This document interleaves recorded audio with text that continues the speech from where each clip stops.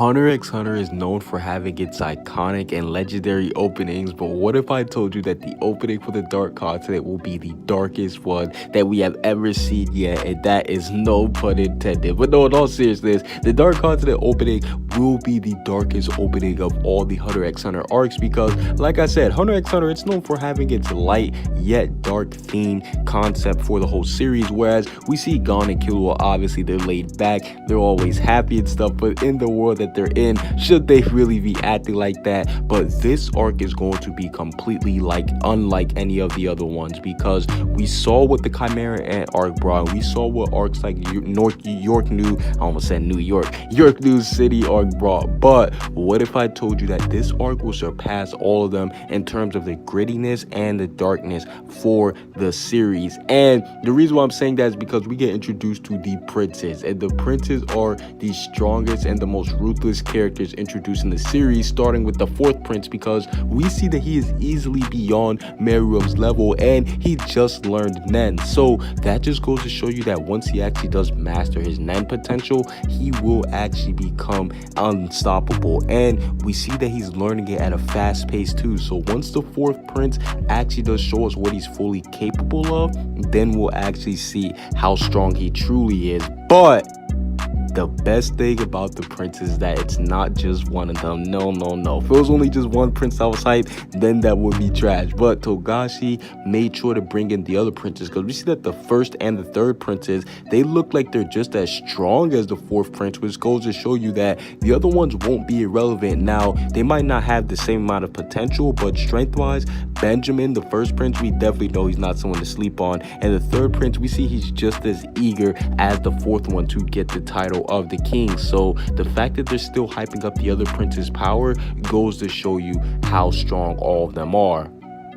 And we also see that there are outliers like the fifth prince, who do seem to be actually like good people. Yes, because the other princes, they have shown that they're like your typical princes, like they're douchebags to everybody else. But with this fifth prince, it shows us that he's actually a good guy who has some good morals. And we saw he was very pivotal for all of the other princes, and he was the only one out of all of them who was able to stand up to the king, his father. And he also did tell him that he wasn't even going to participate in the whole succession rule thing. So I believe that the fifth prince will be very pivotal, and it goes to show you that even though he may not be as strong as the other ones, his role, it may come back to be the biggest role in the whole series, since he's the only good prince. And we know that the princes themselves, they introduce a new power of level, since they have broken Nen abilities. For example, we know the fourth prince, he's able to stop time, but they also have Nen Beast on top of that. Yes, they have Nen Beast to go along with their broken Nen abilities. They're kind of like the Chimera Ants, but they're still very inexperienced. That's the thing. These guys literally just learned their Nen with no battle power, none battle experience, but yet they're this strong. So that just goes to show you, once they get to the Dark Continent and develop,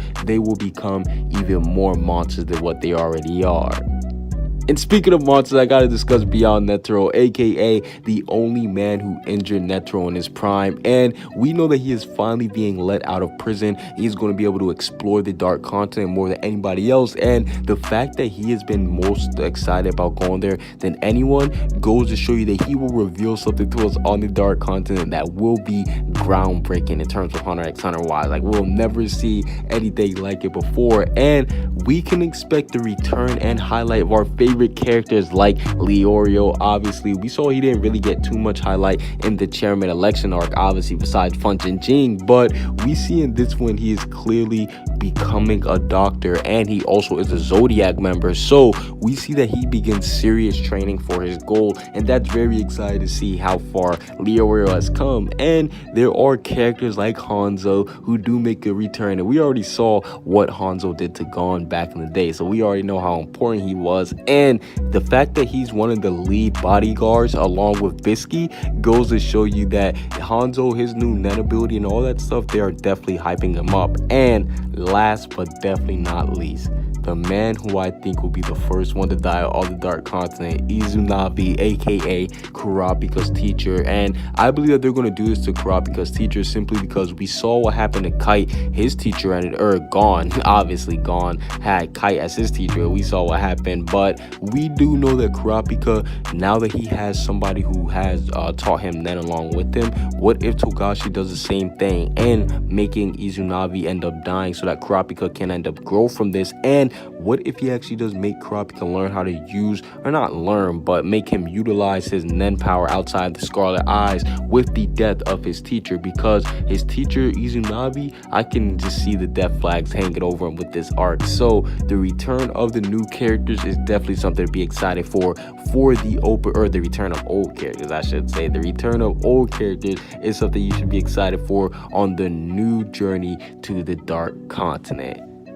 Comment what you guys see down below. Subscribe if you haven't. Peace out.